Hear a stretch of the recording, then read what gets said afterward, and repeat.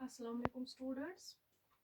In our last class, we studied some techniques of artificial vegetative propagation.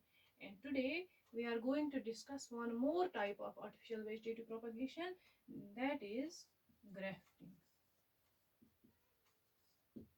We will study today what is this grafting. Grafting is a technique of artificial vegetative propagation. इसमें हम क्या करते हैं, vegetative parts को use करके हम नए plants को रेज करते हैं. है क्या ये ग्राफ्टिंग? इसमें हम दो प्लांट्स, डिफरेंट प्लांट्स लेते हैं और उनके पार्ट्स को हम इस तरह से ज्वाइन करते हैं कि वो एक सिंगल प्लांट के तौर पे डेवलप हो जाते हैं. How we do this? हम क्या करते हैं, हमारे पास एक प्लांट, इससे पहले मैं आपको बताना चाहूंगी कि हमारे पास जो प्लांट होता है, जो प्लांट ग्रोअर्स होते हैं, उनकी जो नीड होती है, उनमें कुछ खास करेक्टर्स वो चाहते हैं कि उनके प्लांट में हो. वो करेक्टर्स क्या है? उनमें सबसे पहला इंपॉर्टेंट है कि जो प्लांट है वो डिजीज रेजिस्टेंट होना चाहिए. Disease resistant. अनदर जो उसमें करेक्टर होना चाहिए, द क्वालिटी एंड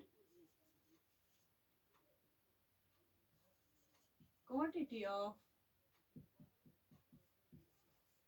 जो यील्ड है वो ठीक होनी चाहिए. फॉर एग्जांपल हमारे पास एक प्लांट है, एक तो वो डिजीज रेजिस्टेंट होना चाहिए, सो दैट्स इजीली गसन attacked by the different pathogens कहीं. दूसरा, उसमें जो फ्रूट आएगा, उसका जो क्रॉप हमें मिलेगा, उसकी क्वालिटी और क्वांटिटी दोनों ठीक होने चाहिए. ये इंपॉर्टेंट कैरेक्टर्स होते हैं एक प्लांट के. अब ग्राफ्टिंग का जो खास मकसद होता है वो यही होता है. हमारे पास यूजुअली क्या है, कोई प्लांट होता है, उसमें एक कैरेक्टर होता है, फॉर एग्जांपल वो डिजीज रेजिस्टेंट होता है, लेकिन उसका जो फ्रूट आता है, उसका जो क्रॉप आता है, वो हाई यील्ड नहीं होता या उसकी क्वालिटी ठीक नहीं होती है. या कई प्लांट हमारे पास ऐसे भी होते हैं, उनमें क्वालिटी अच्छी होती है फ्रूट की, लेकिन वो डिजीज रेजिस्टेंट नहीं होते हैं, वो इजीली अटैक्ड बाय पैथोजेंस होते हैं.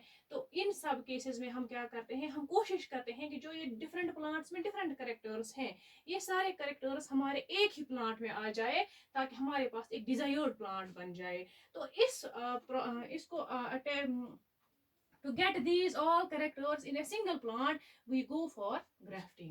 grafting में हम क्या करते हैं, हम कोई ऐसा प्लांट होता है जो डिजीज रेजिस्टेंट हो, यूजुअली हम उस प्लांट का रूट सिस्टम जो होता है वो हम ऐसे ही रहने देते हैं. we take the portion, stem portion and root portion of one plant. बाकी जो इसका शूट होता है वो हम कट करते हैं. इस पोर्शन को हम लेते हैं फॉर आवर ग्राफ्टिंग पर्पस. तो ये जो रूट वाला पोर्शन हमने लिया, इसको हम स्टॉक बोलते हैं. ये हमारा डिजीज रेजिस्टेंट होता है, इसको हम लेते हैं, इसको स्टॉक बोलते हैं. अब हमारे पास कोई प्लांट ऐसा होता है जिसकी फ्रूट क्वालिटी, क्रॉप क्वालिटी अच्छी होती है, हाई यील्डिंग प्लांट होता है, लेकिन डिजीज रेजिस्टेंट नहीं होता. तो हम क्या करते हैं, हम उसमें से जो उसका शूट होता है, उसमें से हम उसकी कोई ब्रांच लेते हैं, उसका एक छोटा सा पोर्शन हम कट करके लाते हैं और उसको हम इस स्टॉक के साथ इस तरह से जोड़ते हैं कि इनका जो कैम्बियम है वो कैम्बियम इन कांटेक्ट आए. इस तरह से इनको जोड़ा जाता है कि ये एक सिंगल प्लांट के तौर पे डेवलप हो जाते हैं. It grows as a single plant. तो इसमें क्या होता है, जो हमने ऊपर वाला पोर्शन लिया, जो शूट पोर्शन हमने लिया किसी दूसरे प्लांट का, इसको हम साइन बोलते हैं. साइन. तो हमने क्या किया, in grafting technique we combine stock and scion in such a way that it grows as a single plant. ये हमारे पास एक सिंगल प्लांट की तरह से ग्रो होता है. और जो रूट सिस्टम एक प्लांट का है, इसमें एक करेक्टर था, फॉर एग्जांपल डिजीज रेजिस्टेंस का करेक्टर. हमने साइन दूसरे प्लांट का लिया, इसमें हाई यील्ड, इसके हाई यील्ड था, तो इसका ये करेक्टर इसमें है और इसका ये करेक्टर, ये दोनों करेक्टर अब कंबाइन हो गए और हमारे जो हमने नया प्लांट ग्रो किया ग्राफ्टिंग के जरिए से, इसमें ये दोनों करेक्टर्स आ गए. ये खास वजह है जिसकी वजह से हम ग्राफ्टिंग करते हैं. इसमें हम डिफरेंट प्लांट्स के करेक्टर्स को एक ही प्लांट में लाते हैं, कंबाइन करते हैं, हमारे पास एक नया प्लांट बनता है जो डिजायर्ड प्लांट होता है, उसमें सारी डिजायर्ड करेक्टर्स मौजूद होते हैं. इस वजह से हम ग्राफ्टिंग करते हैं. अब ग्राफ्टिंग की अलग अलग टाइप्स हैं कि जो साइन और स्टॉक है, इसको हम किस तरह से जोड़ते हैं. ऑन दैट बेसिस जो ग्राफ्टिंग है, it is of many types, वो आप आगे की क्लासेस में पढ़ोगे, हर क्लास में पढ़ोगे. टंग ग्राफ्टिंग है, वीव ग्राफ्टिंग है, बाकी सारी ग्राफ्टिंग है. यहाँ पे आपको बेसिक जो कंसेप्ट याद रखना है कि ग्राफ्टिंग होती क्या है, क्यों हम ग्राफ्टिंग करते हैं. तो ये जो हमारे पास ग्राफ्टिंग था, it was a method of artificial vegetative propagation. अब जो आपको पता है कि टेक्नोलॉजी का ज़माना है, हर एक चीज़ में एडवांसमेंट आई है, इसलिए एक नया टेक्निक, एक नई टेक्निक हमारे पास है, एक नया मेथड हमारे पास है जो आज बहुत ज़्यादा यूज़ करते हैं plant growers artificial vegetative propagation में। उसको हम बोलते हैं tissue culture. Tissue culture, tissue culture हम किसको बोलते हैं?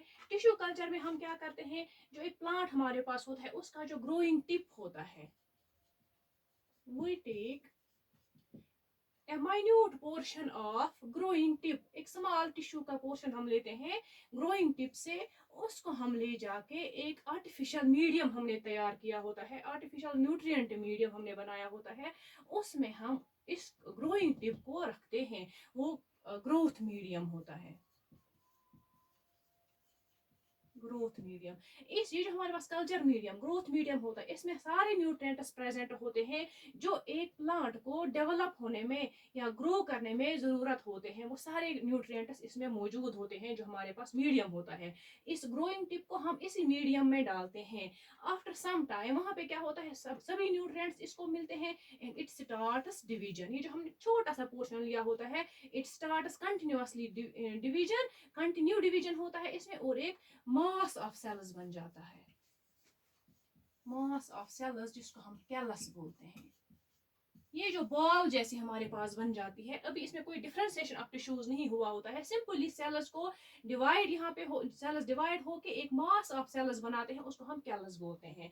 इसके बाद हम क्या करते हैं, इस कैलस को हम इसको हम ट्रांसफर करते हैं अनदर न्यूट्रिएंट मीडियम में, वहां पे भी सारे न्यूट्रिएंट्स मौजूद होते हैं जो अब इसको फर्दर ग्रोथ के लिए जरूरत होते हैं। लेकिन ये सारी जो प्रोसेसेस होती हैं, इसमें इंपॉर्टेंट ये है कि ये कंप्लीट हाइजीनिक कंडीशन में हो, क्योंकि ये प्रोन टू इन्फेक्शन होता है, इसमें इजीली इन्फेक्शन हो सकता है, इसलिए हमें ये खास ख्याल रखना होता है कि जो भी हम प्रोसेस टिश्यू कल्चर की करेंगे, it should be complete hygienic conditions. तो कैलस को हम अनदर न्यूट्रिएंट मीडियम में अब ट्रांसफर करते हैं, वहां पे क्या होता है, कैलस फर्दर डिफरेंशिएट हो जाता है और इसमें अलग अलग डिफरेंशिएशन होती है, रूट सिस्टम बन जाता है, शूट सिस्टम बन जाता है, और नए प्लांटलेट्स की सूरत में हमें छोटे छोटे प्लांटलेट्स मिल जाते हैं अनदर न्यूट्रिएंट मीडियम में। ये सेकंड स्टेज होती है टिश्यू कल्चर की।